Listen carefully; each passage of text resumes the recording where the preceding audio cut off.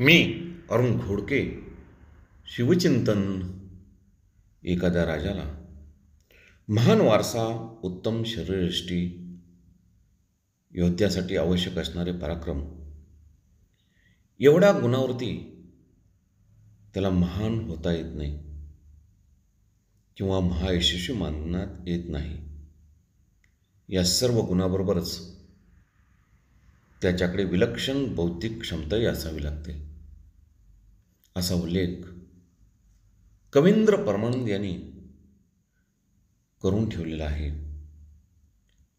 कवींद्र परमानंद शहाजी राजांच्या बद्दल लिहितात की राजाने राज्य स्वतःच्या सुख उपभोगासाठी मिळवायचे नसते आणि वापरायचे नसते, याचे भान शहाजीराजांना होते.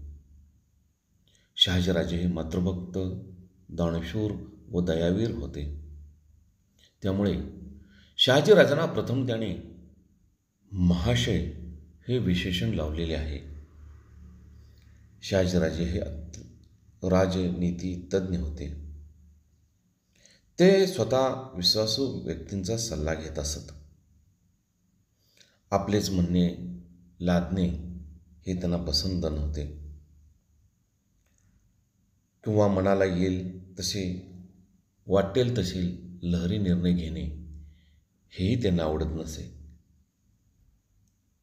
यालाच आपण उत्तम राजकीय शहाणपण म्हणतो.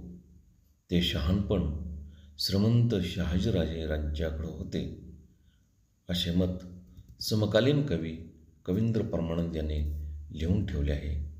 बहुत काय बोलणे, राम, कृष्ण, हरी